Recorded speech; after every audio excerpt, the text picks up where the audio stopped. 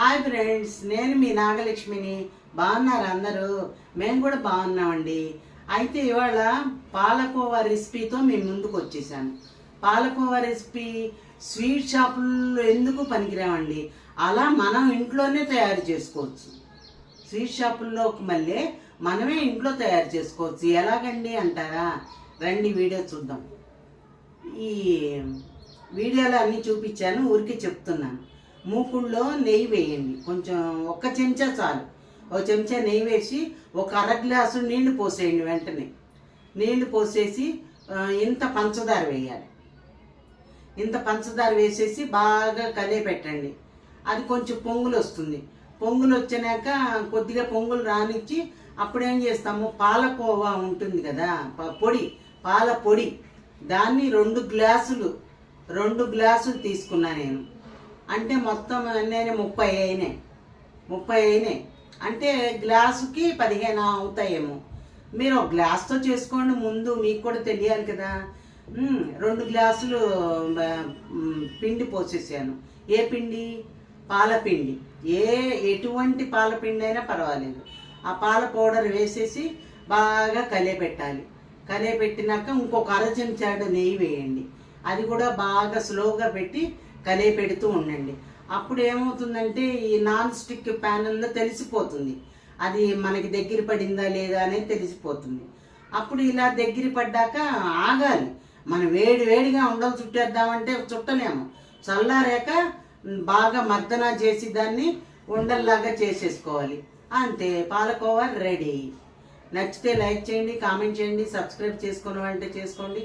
చివరి వరకు వీడియో చూడండి. Bye bye. ఇది కోవా అండి. ఇది ఫస్ట్ ఏం చేయాలంటే, అది వీడియో తీయటం మర్చిపోయాను. ఫస్ట్ ఏం చేయాలి, మూకుడు పెట్టుకోండి. మూకుడు పెట్టుకుని కొంచెం 2 చెంచాలు నెయ్యి వేయండి. నెయ్యి వేయగానే ఒక అర గ్లాసు నీళ్లు పోసేయండి. కొంచెం అన్ని నీళ్లు పోసేయండి. పోసేసి అంత పంచదార వేయండి. పంచదార వేసేసి బాగా కలిపేసి కొంచెం నురుగులు వచ్చినాక పాలపొడి, అమూల్ పాలపొడి ఏదైనా పర్వాలేదు, అమూల్ తీసుకున్నాను నేను. ఆ అమూల్ పొడి 1 గ్లాసుడు పోసాను. మనకి గ్లాసుడు కావాలంటే కొద్దిగా వస్తాయి. నేను ఇంత గ్లాస్తో 3 గ్లాసులు పోసాను. ఇదిగోండి, దీంతో 3 గ్లాసులు పోసాను నేను. 3 గ్లాసులు పోస్తే ఎంత వచ్చింది. అంతే. ఇలా కలిపేసుకుని ఒక చెంచా నెయ్యి వేసుకోండి. పైన కలిపేసేసుకుని తీసేయండి, ఆరిపోయండి. వేడిగా ఉండంగానే ఉండలు కట్టుకోవాలి. ఉండలు కట్టేసుకోవాలి.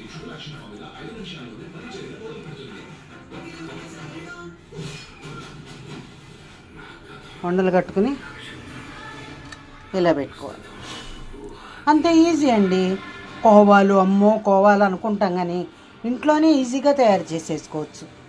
అది సరేనా? బాయ్. చూసారా, ఉండలు కట్టేశాను. ఒక 30 అయినాయండి. అంటే గ్లాసుకి 10 అవుతాయి అంతే. గ్లాసు పిండికి, పాలపిండికి 10 అవుతాయి. అందుకని 3 గ్లాసులు పోసాను, 30 అయినాయి. Okay, very good. మీరు కూడా చేసుకోండి. ఎంత బాగున్నాయనండి. బయట బోళ్ళు తగలేసి కొంటాం మనం. 700 కిలో, 700 హైదరాబాద్లో. అది అలా ఉన్నాయి రేట్లు. ఈజీగా చేసుకోవచ్చు కదా, ట్రై చేయండి.